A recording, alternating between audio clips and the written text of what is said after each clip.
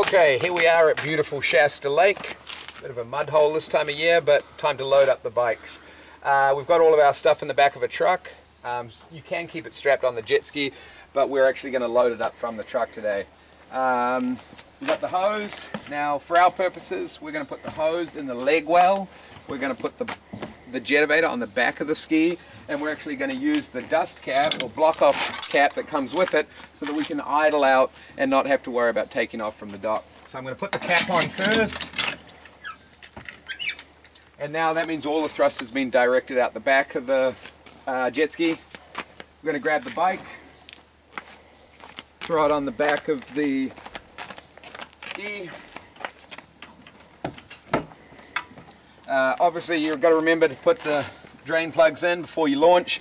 Take the strap off the back of your jet ski, and we're actually going to use this strap to hold the Jetovator in place. Got the bike ratcheted in place here, so it's ready to go out. Now when you're ready to hit the water, it's really easy to accidentally forget something, so it's not a bad idea to have an inventory or a checklist in the manual. Obviously you want to have your bike, your hose, both the operator on the jet ski and the Jetovator both have to wear personal flotation devices. Obviously the person on the Jetovator has to wear a helmet. It's not a bad idea for the jet ski operator to wear a helmet too, so you want to make sure you both have your life jackets, both have your helmets, you've got your hose, connect your lanyard to the personal watercraft to your life jacket, do a quick walk around, make sure that everything's secure. You want to make sure that your ratchet is tight, there's no play in the front, can't move from side to side. Come around, look at the back, make sure everything's hooked up right. This particular Jetovator has the new optional reverse bucket, which is really great for training people. You want to make sure everything's secured here, no gaps, bolts are tight, your steering is aligned from left to right, and you can actually check it. Make sure your nozzle is secured in place, and check the reverse actuation if you have that in place. Drain plugs are in, and I think we're ready to hit the water.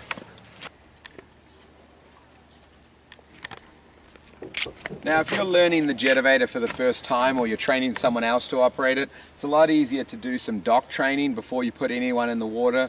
We're going to go over the basic flight controls, how to sit on the bike, how to launch it, you know, some basic do's and don'ts, and that's a lot easier to do on a stable platform like the dock or our little barge here. So we're going to be training Rich today and a couple of other people how to fly the Jetovator. This one has the optional landing gear, which is great when you get really good. You can do takeoff and landings, but it's also a really good training aid because the person can kind of get a feel for how the bike's going to sit in the water, and it's nice and stable. So the first thing we're going to show Rich is the correct stance for sitting on the bike. Okay. Now one thing that people have to get comfortable with is the takeoff. Just like when you're learning water skiing or wakeboarding, the hardest thing is basically getting up. So you want to get them comfortable with how to sit and stand on the bike correctly. You put your feet on these foot plates, left one on the left side, right one on the right side. This one has the optional ratchet straps. Some people like the foot straps, some people don't. Your knees go up against these knee pads. They're adjustable up and down, so you want to adjust it for the actual individual rider that's going to be riding. Now it has a seat, and obviously anytime someone sees a seat they think they're going to sit down on it, but you really want to discourage people, especially when they're learning, from being anywhere near the seat. As you get better and start doing dives, you can start doing some cool stuff on the seat, but generally you want to let them know that this is like a dirt bike style. You stand up right from the takeoff. So you get them comfortable with the positions, get them comfortable just balancing on the bike, because a lot of people don't realize that your control sticks are not like handlebars. It's not like you use these for your security. So you want to get them comfortable with just being able to balance the bike between their knees and their feet. And it's a good idea to get the person on the bike, off the bike, get them comfortable with that. Then we're going to go over the actual operation. Now when we actually put the bike in the water, it's going to float. The plastic body has enough buoyancy to keep the bike afloat and you, but it doesn't have a huge amount of inherent stability. So what you really want to get used to doing, and when you're training people, they need to know that their life jacket is actually what gives them their buoyancy and their stability. So when they're on the bike, although this has the buoyancy, when their feet are in the foot straps, the knees on the knee pads, you want to encourage them to push the bike below the water, gripping onto it, and use their life jacket for the stability and buoyancy. If you lean too far forward and try and lean on the bike's going to pitch forward. If you lean too far back, you're going to fall off the back. So just getting comfortable in the water is a great place to start before you even throttle up or even try and move forward. So you're going to use your life jacket like that, and you're going to get used to moving the control sticks up and down. Now, when we're first taking off, we're going to troll or taxi like an aeroplane. So you have to encourage people to push these all the way forward so that your jets are pushing the thrust back, and that way you're putting tension on the hose, and that's actually going to get the whole thing moving forward. If you understand that the Jetovator works like an aeroplane, not like a helicopter, then people really understand that you want to just take off and slowly bring the nose up. Now, how do we bring the nose up? This is what your control sticks are for. As you bring your control sticks back, the bike is going to start coming up. The nose is going to come up. Now, as the nose comes up, you have to adjust your center of balance and lean further forward, because if you don't do that, as you bring the nose up, if you stay on the seat or at the same position, it's going to go back. You're going to go back with it. You're going to hold onto the handlebars for stability, pull these back, and you're going to fall over the back. It's a classic mistake. Almost everybody makes it, and it's something that a good trainer can help people avoid that. So the two mistakes that most people make, they want to sit in the seat, which is really not a good thing to start with, and they want to use these for security, and they're not. They're your control sticks. So as the bike comes up, if the nose starts to come too high, the only way to bring it down again is to push your control sticks forward. Then the nose will drop. So when they're first learning, before you're trying to do any seriously high flight, you need to get them comfortable with going up, going down, going up, going down. So once you've gone over the dock instruction, it's just about time to get into the water. You do want to cover some basic things, how to turn, how to come up, how to go down, but a lot of that can be corrected in the water. When they're moving forward, it's kind of like, you think of it like jockey style. When you first take off, your head is almost in line with the nose of the bike. You don't want to be all the way back here, because otherwise you're not concentrating on moving forward. The Jetovator is a lot more stable as it moves forward in flight when you've got tension on the hose. So if you see people flying like this, that's a good start. Arms should be straight. It's just like water skiing. You never want to have arms up here. You don't want to be crouching up against your nozzles. They should always be pretty straight like this. So when you're flying high, your arms are going to be straight like this. When you're flying low, they're going to be straight like this. You don't want to bunch up. You want to concentrate on getting your center of gravity forward and pulling the jet ski. That'll make it a lot more stable. So people are going to try that. It's good to do it at a really low speed, less than 5 miles an hour, just a couple of feet high. You want to see them going up, going down, making sure they have good control of the bike before you give them any more power. About, on the average ski, 6,500 RPM tends to be good for training. Then the next thing is obviously going to be turning. If you think of it like a motorcycle, it turns very similar to a motorcycle. You basically use your body weight shifting left and right, and you also have control over the nozzles. So when you're taking off, you basically want to have your jets going forward and look forward, concentrate on going forward. You don't need to over control it. It's just like a bike. If you look forward and lean straight up, you'll go in a straight line. Now, if the bike starts to roll to one side, if it starts to roll to this side, you can actually pick the side of the bike up by pulling that handle up. That'll level the bike out. If it starts to roll to this side, you pick this side up. So you can actually roll the bike from side to side using the jets. Roll right, roll left. And you can also use your body weight, just like a motorcycle, to lean right and lean left. And it's one of those things you just have to practice to get the correct balance between nozzle control and balance. Alright, and remember, because the Jetovator is built in the good old US of A, that means lawyers are involved, which means absolutely every single person that rides the Jetovator, even if they're just going for a 2-minute ride, make sure they have to sign the liability waiver, whether you're a renter, a distributor, a seller, or it's just your own. It's a really good idea. Make sure they understand everything about the Jetovator before you take them on. Give them all the training, encourage them to take a proper training course from a certified instructor, and there we go, Rich. All right, now it's time to launch the ski. We've got everything on board here, got our life jacket on, got our lanyard. Make sure you're disconnected at the front. You've got your straps off at the back. You do have to take the jet ski a little bit deeper than you would typically because you've got to clear the thrust adapter that's mounted to the bottom of the ski. Let's go.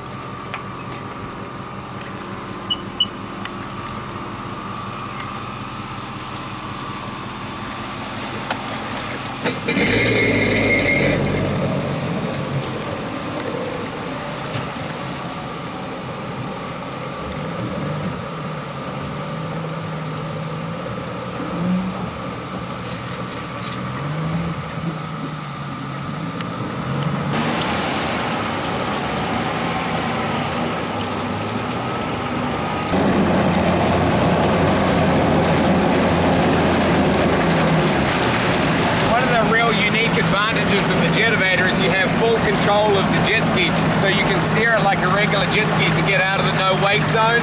You really don't want to be flying around other boats, other people, so what you do is you find out where the 5 mph zone ends and go out and hook up there, especially when you're training new people.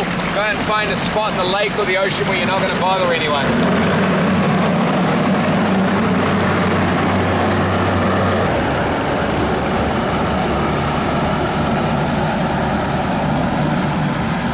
Okay, so we found a good spot out here in the lake.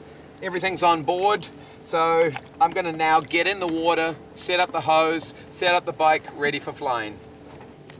Okay, so the hose is not currently hooked up. It's important to note the hose will not float. So if it's not attached to the jet ski or the bike, you can lose the hose. So make sure you hold on to it with one end, and we're gonna hook up the front end first.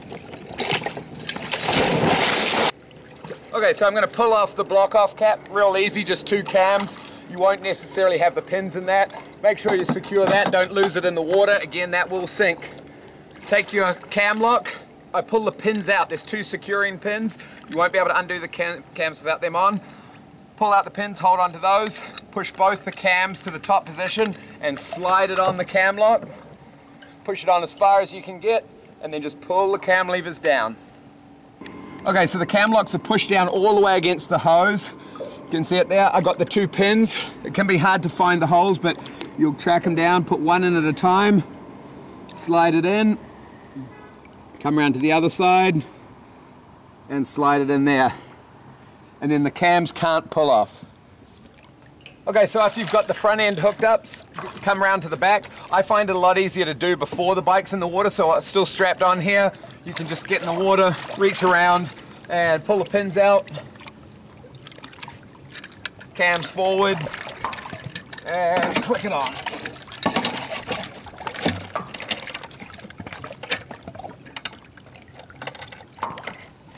Pins in, one in each side, and you are ready to go.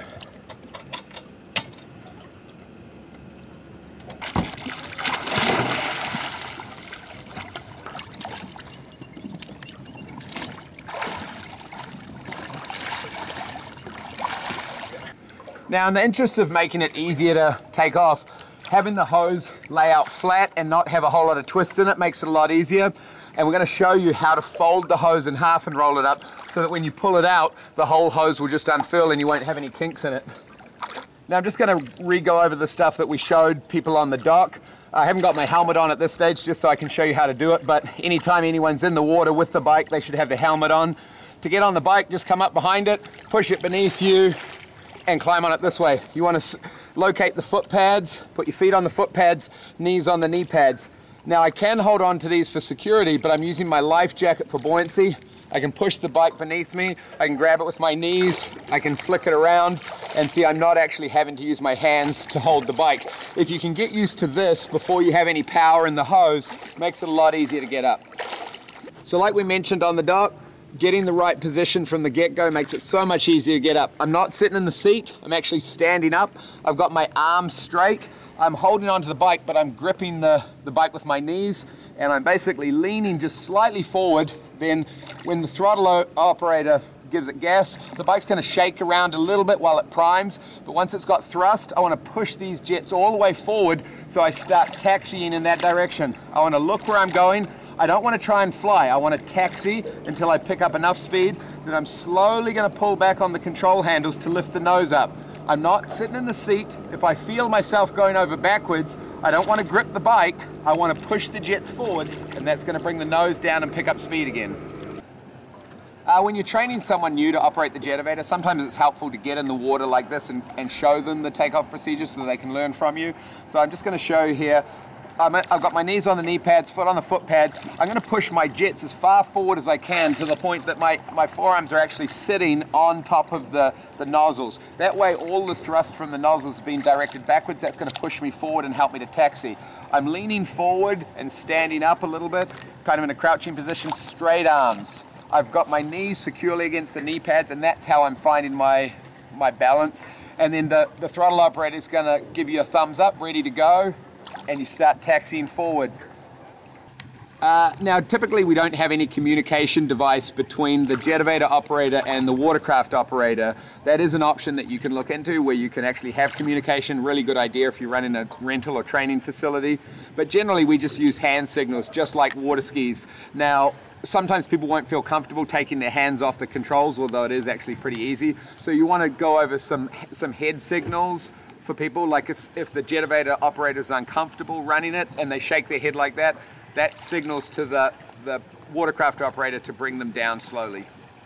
Okay, the good thing with the Jetovator, it suits all different riders from big to small. We've made the knee pads adjustable, so we're going to raise it up and down like this so you can suit it to the rider's individual comfort. So we're going to set it about a medium position. Just make sure you bolt it up tight when you go, and you're good to go.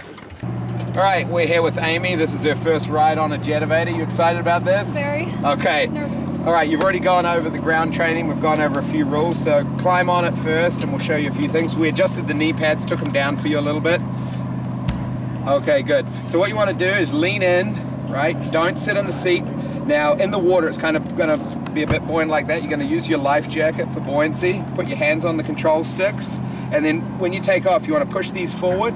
Then when you want to lift up a bit, bring it up. If the nose starts to come up too much, if it starts tipping back, you've got to push these forward, okay? Okay, whenever you're taking a novice rider out or someone for the first time, you really want to have an experienced throttle operator. Having someone that knows how to throttle the ski and give the right amount of RPM is much, much safer and much easier for beginner riders. Any sort of training center you go to will have a level 2 trainer that will be pretty comfortable training new people. There's your helmet, Amy, make sure that fits right. You got your life jacket on. So we're going to throw the bike in the water.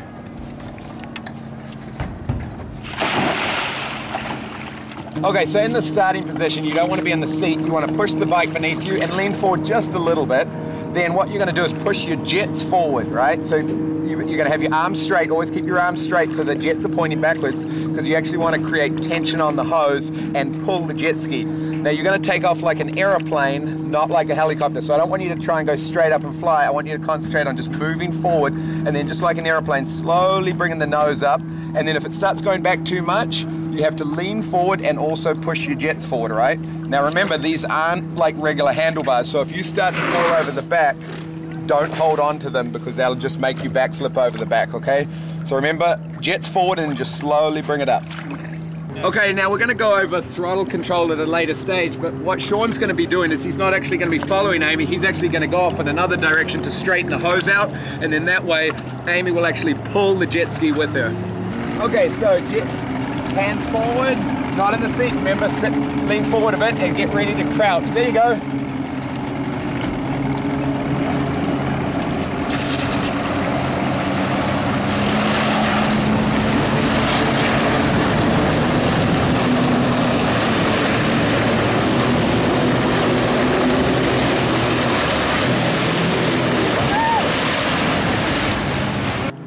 All right, that was really good, Amy. Just a couple of things that'll make it a bit easier. Trying to avoid sitting in the seat. What you want to do is get ready to crouch, kind of jockey style, and get ready as the bike comes higher. You need to start standing up and leaning forward. If you sit in the seat, what will happen is the center of balance will take you backwards, okay? So lean forward a little bit more, get up there, but that was really good. Just concentrate, and if it starts to come up too much, just push them forward again, okay? Okay. Let's try again. All right, sit up, stand up a little bit. There you go. Stand up, there you go, good, good.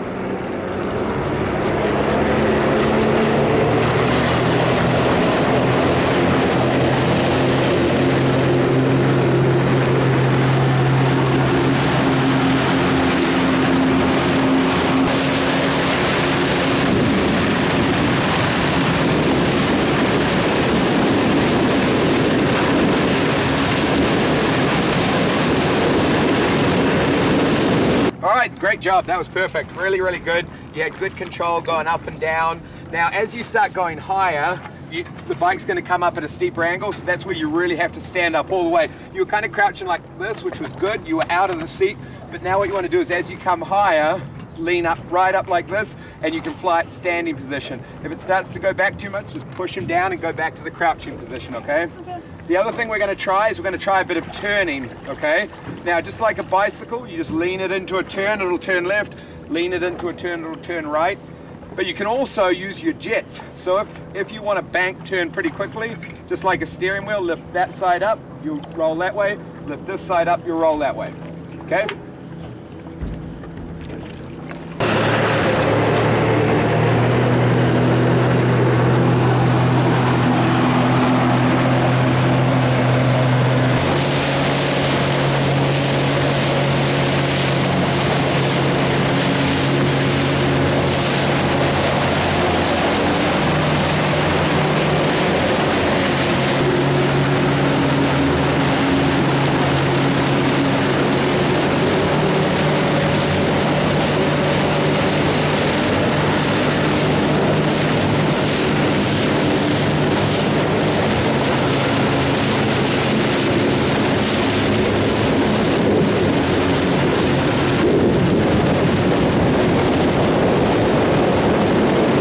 Alright, great job. You had really good control. You were going up and down, which made me know that you had good, altitude control. If you want to go a little bit higher, which you're pretty much ready to do, you just have to stand up a little bit more vertically and lean forward, and you'll basically be in a pure vertical position. If you're afraid you're going to crash, which there was a moment there at the end, it looked like you were about to crash, never jump off the bike. You can do it, but generally what's better, you're best just to stay with the bike. It'll land in the water with you, and the throttle operator will get off the throttle. Because if you jump off the bike, the tendency can be you'll hit the water and then the bike will come down on top of you. So you did great though, really good. Okay, well, we've had the pony class, now we're on the Clydesdale class, so we're gonna show that the Jetovator, exactly the same setup's good for all sizes. Okay. It's exactly the same bike. We're going to go over with Rich. He's got his helmet and his life jacket on. Okay, just like before, Rich, climb on the bike and we'll show you a few things. Good, yep. Foot on the foot pads, just like that, and knees against the knee pads. Okay, got it. And remember, hold on to these handles, push them forward, yep, and push them forward, and you're going to jet forward, okay? Okay. You got this? Yep. Let's go.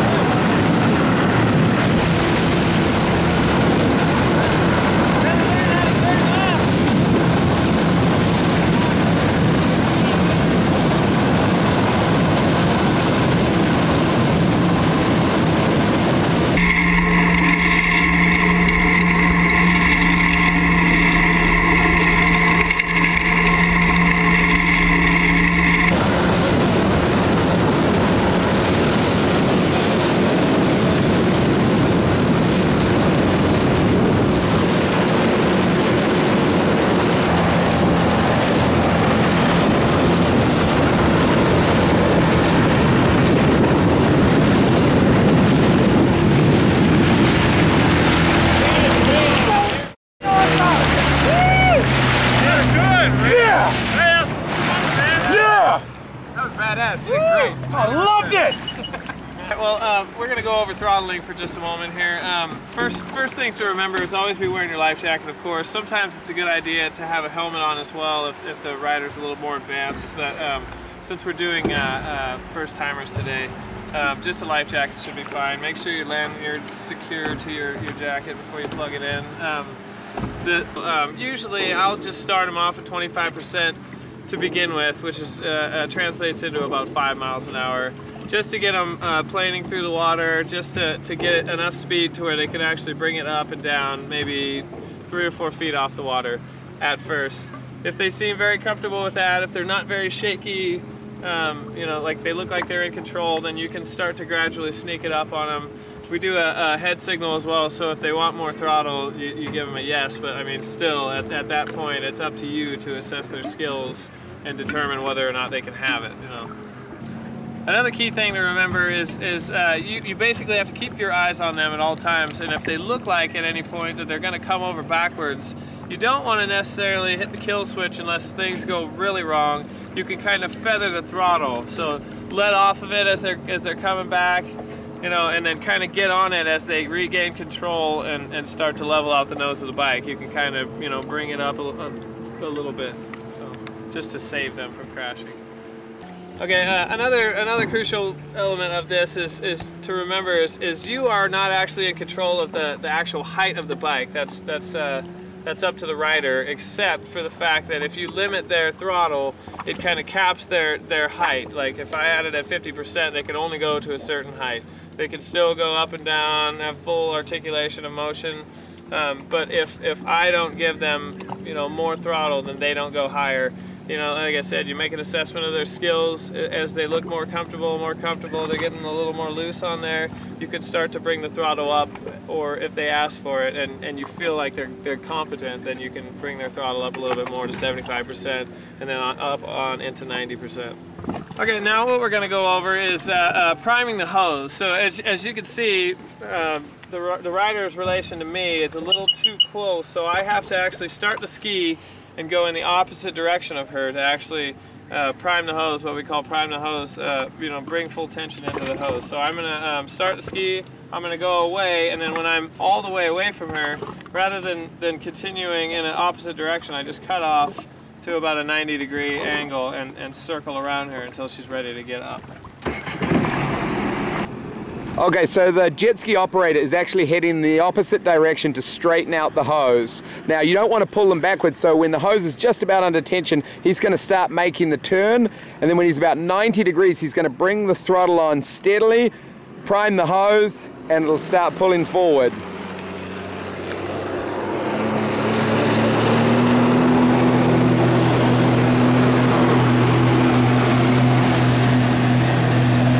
So I have the rider a little bit close to me here. We're going to take it away from her. We're going to go in the opposite direction real fast to prime the hose. Okay. So what I do, like I said, I go in the opposite direction of her, and when the hose actually comes up in the water, I can see the entire thing. Then I turn around.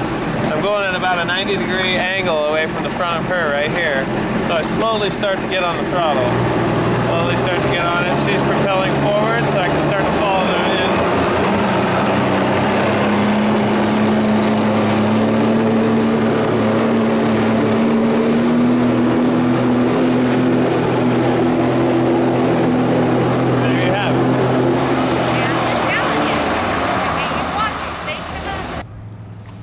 Okay, now it's time to pack everything up. You want to make sure you store the hose really well.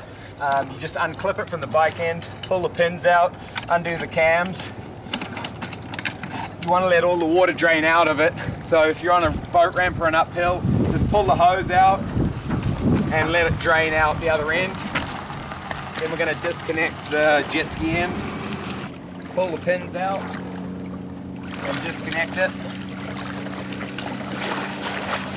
Then you need to let the water flow out, so you want to leave one end down and then just straighten the hose out. And then fold the entire hose in half. And then you're going to take the folded end and start rolling it up.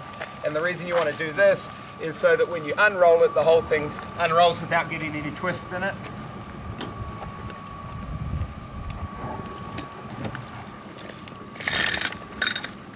Alright, when you're loading it up, make sure you take the trailer plenty deep enough so that the thrust adapter can float on top of the trailer. It's kind of fragile, so you don't want to bash it into anything. This trailer has the trailer bunk risers on, and then just ratchet it up. Good. And then just make sure it's lined up when you're pulling it out. Alright, forward.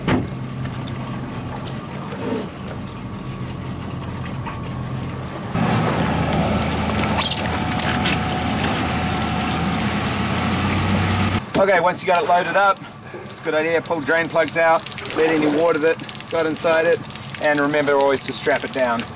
Put the stuff back in the truck and you're good to go for next time. If you are running in salt water, make sure you rinse all of the thrust adapter out, rinse out the hose and flush it out, and even spray some spray oil through the whole system.